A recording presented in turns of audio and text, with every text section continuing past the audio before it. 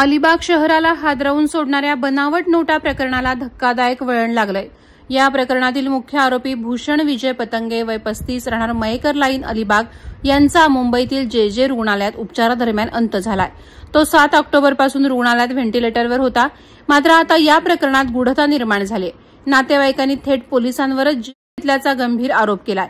चौकशी दरम्यान भूषणला मारहाण करण्यात आली, त्यातूनच तो दगावला असा आरोप त्याच्या कुटुंबियांनी केलाय। त्यांनी या घटनेची न्यायालयीन चौकशी करण्याची मागणी केली आहे। मिळालेल्या माहितीनुसार दिनांक 3 ऑक्टोबर रोजी रात्री मयेकरवाडी येथून भूषण पतंगेला लाखो रुपयांच्या बनावट भारतीय चलनी नोटांसह पोलीस निरीक्षक किशोर साळे यांच्या पथकानं ताब्यात घेतलं होतं। ही कारवाई पोलीस अधीक्षक आंचल दलाल आणि उपविभागीय अधिकारी माया मोरे यांच्या मार्गदर्शनाखाली पार पडली होती। तर पुढील तपासाची सूत्र पोलीस उपनिरीक्षक दीपक मोरे यांच्या हातात होती। पोलीस चौकशी दरम्यान त्याची तब्येत बिघडल्यानं त्याला अलिबाग जिल्हा रुग्णालयात दाखल करण्यात आलं होतं। जिल्हा रुग्णालयात पुरेशी आरोग्य व्यवस्था नसल्याने त्यास 8 ऑक्टोबर रोजी जे रुग्णालयात हलवण्यात आलं होतं।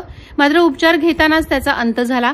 पोलीस सूत्रांकडून सांगण्यात आलं की पीएम रिपोर्ट आल्यानंतरच यामागचं खरं कारण स्पष्ट होईल। सध्या संपूर्ण जिल्ह्याचं लक्ष या प्रकरणाच्या तपासाकडे लागलं असून आता पीएम रिपोर्ट आणि न्याय वैद्यक तपास काय सांगतो याकडे सर्वांचे डोळे लागले आहेत। वादळवारा लाईव्हसाठी अमोल कुमार जैन, अलिबाग। नवी मुंबई व रायगड जिल्ह्यातील ताज्या बातम्या आणि घडामोडींसाठी सबस्क्राईब करा वादळवारा लाईव्ह चॅनल आणि दाबा बेल आयकॉन।